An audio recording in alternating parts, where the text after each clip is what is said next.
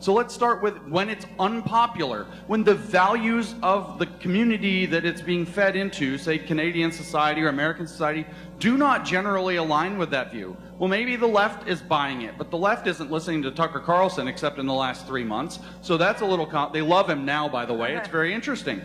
Who's buying it?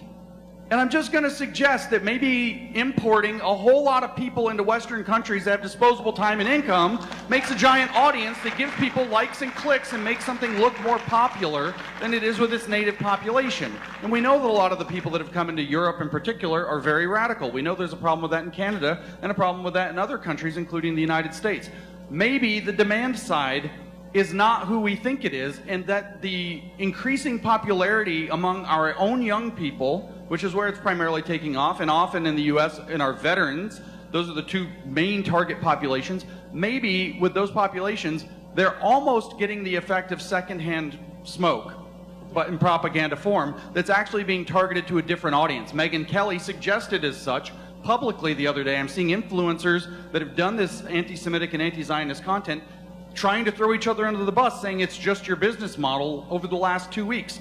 Maybe that's actually part of the question. So we have to start asking ourselves also, who are we and how are we being influenced by ideas? There's a saying, I don't know if you can even say this in Canada either, that if you import the third world, you become the third world. And I'm not even talking about people in physical space when I tell you that X has 200 million active users from third world countries that aren't even in Western countries right now. And you need to understand that when we're going online and we're acting in this new propaganda, interactive propaganda field, we are actually interacting with tons of people who we don't know who they are, millions of whom do not hold our values and can confuse us about where we stand on issues. That requires a lot of clarity and to fight against a rising tide and to bring people back to the values that they were hopefully raised with, or to fish them out of the bad waters that they've landed themselves in through this ugly situation. It's actually that the political will is going to follow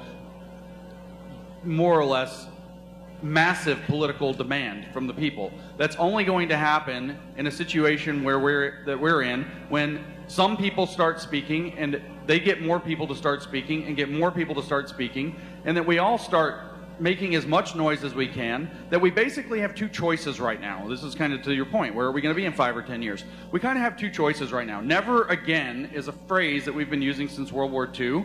Never again contains the word never.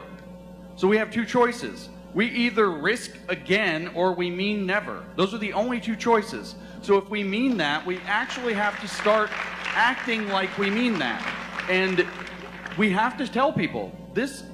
In all of history, when people start demonizing particular groups as a means to feeling included in a group, to growing their brand, to whatever, this always goes somewhere very bad. It doesn't always go somewhere completely dark, but it never goes anywhere good. And we have the choice right now to say, there are roads we're not going to walk anymore. But we have to be willing to make that choice. I come back to the question of agency. Are we willing to decide not to take steps into places that we don't want to go? Are we willing to demand and demand and demand again of our politicians until they realize that there's a significant will that cares about this issue? And are we willing to have the conversations to get our compatriots to help us do it?